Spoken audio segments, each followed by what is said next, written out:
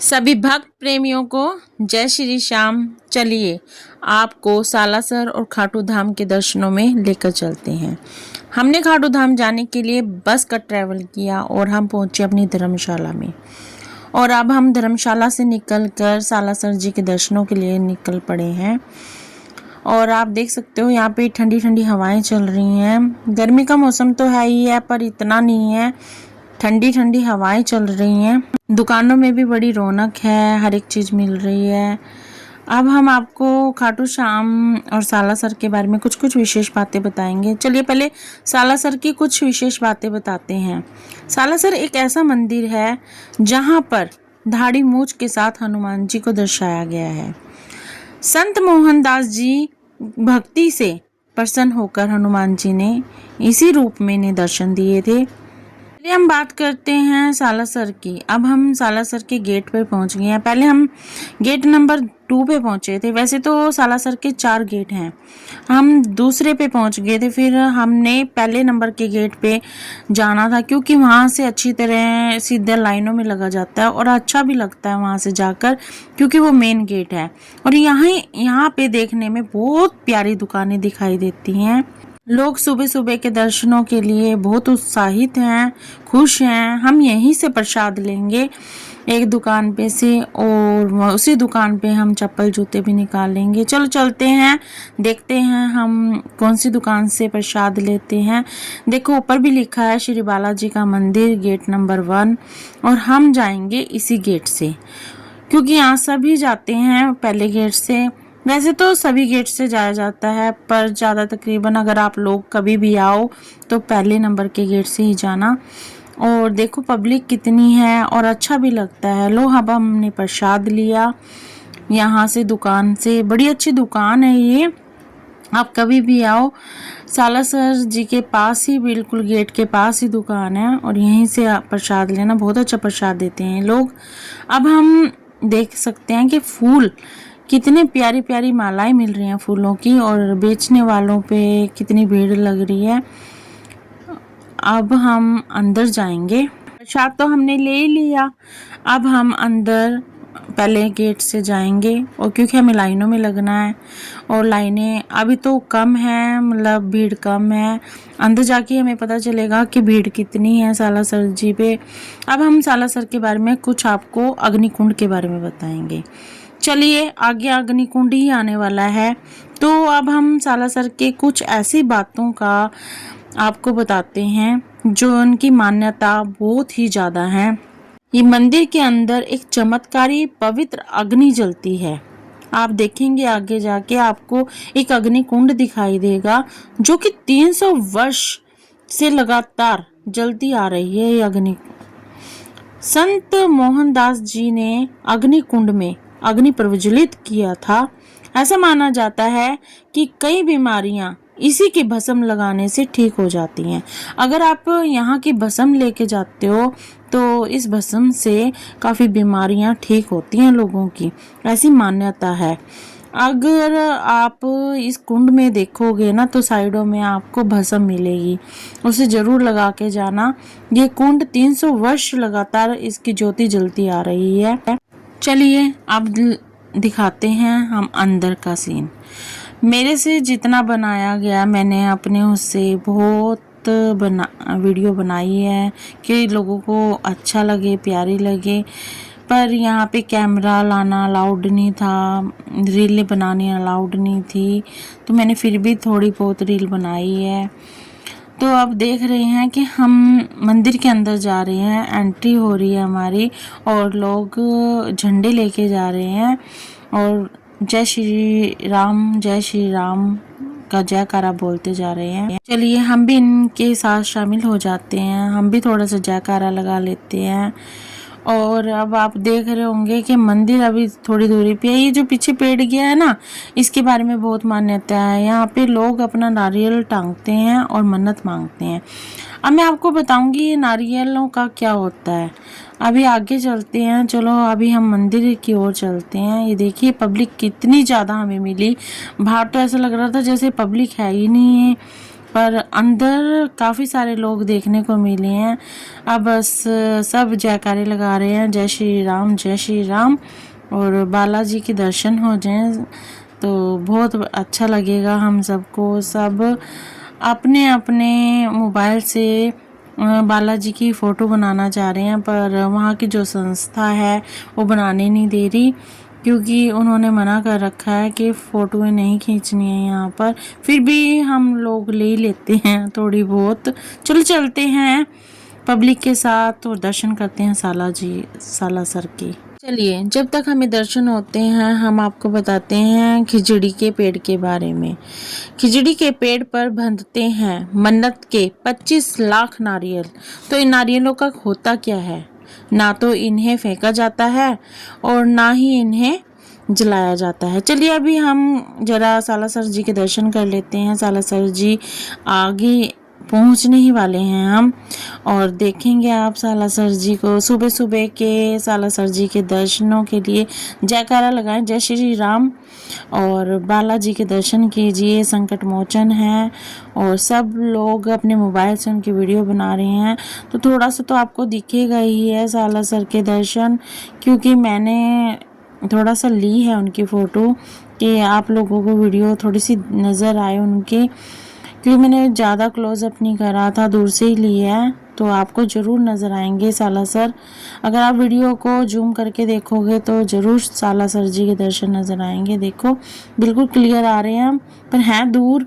चलो कोई बात नहीं, हमने आपको दर्शन तो कराए, और अब हम दर्शन करके बाहर जब निकलेंगे तो भोग लेंगे। और कितने प्यारा मंदिर है, कितनी प्यारी डेकोरेशन है, और बालाजी देखने में भी बहुत सुंदर लग रहे हैं। और जो उनके पास आसपास जो मूर्तियां हैं वो भी बहुत अच्छी लग रही हैं। देखिए अब हम फिर से उसी लेवल पे पहुंच जाते हैं, क्योंकि जब मैं वीडियो बना रही थी, दूर से भी बना रही थी, पास से भी बना रही थी, तो आगे पीछे कुछ होगी या रील, तो देख सकते हो आप कि लोग बालाजी के दर्शनों के लिए कितने उत्साहित हैं। चलिए आगे चलते हैं, नारियल के पेड़ के बारे में बताते हैं कि जो 25 लाख नारियल हैं, इन नारियलों का होता क्या है। ना तो इन्हें फेंका जाता है और ना ही जलाया जाता है, ना कोई अन्य उपयोग होता है। इनके पीछे एक रोचक कथा है सालासर बालाजी धाम की। शुरुआती दिनों में धोने होते हैं ना, जो धोनों की जोत में इनको जला दिया जाता है। पहले लोग क्या करते थे, धोने रखते थे, उन धोनों में नारियलों को जला दिया जाता था, नारियलों के छिलकों को। पर क्या हुआ, एक देखने वाली बात ये आई है कि अन्य उपयोग होता था। तो इसके पीछे एक रोचक कथा ये है कि सालासर बालाजी धाम में शुरुआती दिनों में धोनों की जोत में इसको जला दिया जाता था, परंतु तीसरी पीढ़ी के पुजारी को एक दिन सपना आया। सपने में पुजारी ने देखा कि नारियल के साथ भक्तों की मनोकामना भी जल रही है। पुजारी ने अपने परिवारजनों को ये बात बताई। इसके बाद मन्नतों के नारियलों को सुरक्षित रखने का फैसला किया गया। नारियलों को सालासर बालाजी के मंदिर से 11 किलोमीटर की दूरी पर डाकिया गांव के पास 250 बीघा गड्ढा करके दबा दिया जाता था। चलिए तिरुपति बालाजी के मंदिर में चलते हैं, और यहीं पे पास में अंजना माता का मंदिर है। तो अगर हम पहले अंजना माता के मंदिर में जाते हैं तो मैं आपको अंजना माता की कुछ विशेष बात बताती हूँ। नेताओं के अनुसार हनुमान जी के जन्म पर माता अंजनी स्त्री और संतान की समस्याओं को दूर करने के लिए यहाँ प्रकट हुई थी। यहाँ पर अंजना माता का मंदिर बालाजी के मंदिर से कुछ ही दूरी पर है। चलिए अब चलते हैं, दर्शन करते हैं अंजना माता के मंदिर के। यहाँ पे भी मोबाइल ले जाना मना था, वीडियो बनानी मना थी, फिर भी मैंने दूर से बनाई है। अगर आपको दर्शन होते हो तो दर्शन कीजिए अंजना माता के मंदिर के। और अब हम यहाँ पे 4 परिक्रमा करेंगे चारों तरफ। फिर अब हम तिरुपति बालाजी के मंदिर में जाएंगे। अभी हम पास के मंदिर में ही जा रहे हैं, जहाँ पर नंदी जी बहुत बड़े दिखाई दे रहे हैं, विशाल नंदी। आप दर्शन कर सकते हो। आगे शिव जी का मंदिर दिखाई देगा। शिवलिंग पे लोगों ने जल भी चढ़ाया, कहीं छू कर गए शिव जी को, अपनी मनोकामना पूर्ण करने के लिए बोला है कईयों ने। तो देख सकते हो आप यहाँ पे शिवलिंग कितने प्यारा है। अब हम आगे तिरुपति बालाजी हम पहुँच गए अपने बाबा श्याम के दरबार में, और अब हम उनकी मार्केट दिखा रहे हैं। और अभी यहाँ से श्याम बाबा का दरबार थोड़ी दूरी पर है।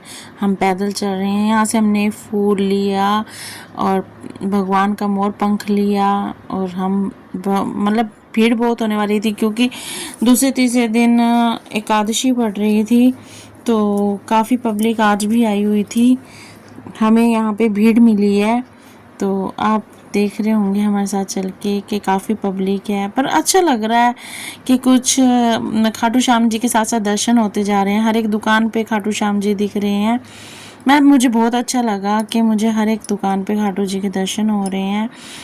कहते हैं कि खाटू श्याम हारे का सहारा है। यहाँ पर अपने आप कोई नहीं आ सकता जब तक ये ना बुलाए, और जब ये बुलाता है तो दर्शन होके ही रहते हैं, क्योंकि ये तो सेठों का सेठ है, लखदातार है, और ये तो हमारा श्याम बाबा है। चलते हैं मार्केट के दर्शन करते हुए, खाटू जी के दर्शन करते हुए, और अब हम जैसे धीरे धीरे खाटू धाम पहुँचेंगे, तो आप देख सकते हो हमारे साथ हैं कि बर्बरिक इनका नाम था, और इन्होंने 14 वर्ष की आयु में ही अपना शीश दान में दिया था भगवान कृष्ण को।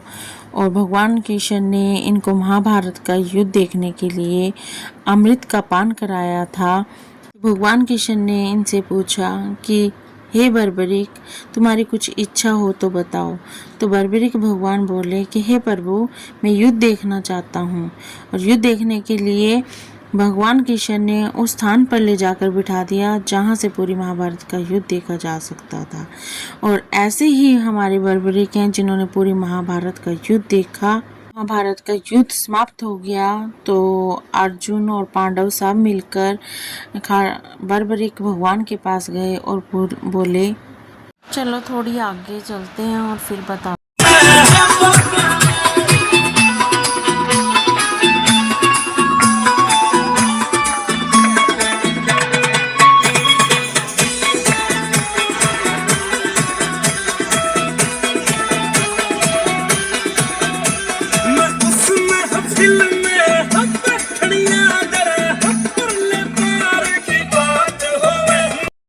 मेरे भक्त का दर्द मेरे तक पहुंच जाता है। मैं उसको खुद अपने पास बुलाता हूं। जो मेरे पास आता है वह कभी खाली हाथ नहीं जाता है। जो कोई भी मेरे दरबार में हार कर आएगा उसे मैं कभी खाली हाथ नहीं जाने देता। मैं उस भक्त की हर इच्छा पूरी करता हूं जो बिल्कुल हार जाता है। बस मेरा एक महामंत्र हर कोई घर में बोले और उस भक्त की फरियाद मेरे तक अपने आप पहुंच जाएगी। आप सब भक्तों को मेरा आशीर्वाद। सदा समृद्ध रहो, खुश रहो। मैं तुम्हें आशीर्वाद देता हूं, सदा सुखी और समृद्ध रहो। मैंने अपनी किस्मत को आप पर छोड़ दिया है बाबा, इसलिए नहीं कि आप बेहतर करोगे, बल्कि इसलिए कि आपसे बेहतर कोई कर नहीं सकता। श्याम, इतना सुंदर दीदार तेरा फूलों से सजा करता है, इतना प्यारा श्रृंगार तेरा दिल को छू लिया करता है। जब बैठे हो नजरों में शाम तुम, कसम खुदा की इंतजार तुम्हारा ही हुआ करता है।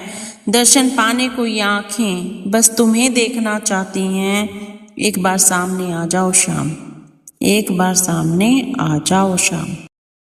तभी बर्बरिक के शीश से आवाज आती है कि हे पांडव, किस चीज का अभिमान करते हो? मैंने तो सिर्फ और सिर्फ युद्ध में भगवान कृष्ण का सुदर्शन चक्र ही चलते देखा, क्योंकि मरने वाला भी कृष्ण था और मारने वाला भी कृष्ण था।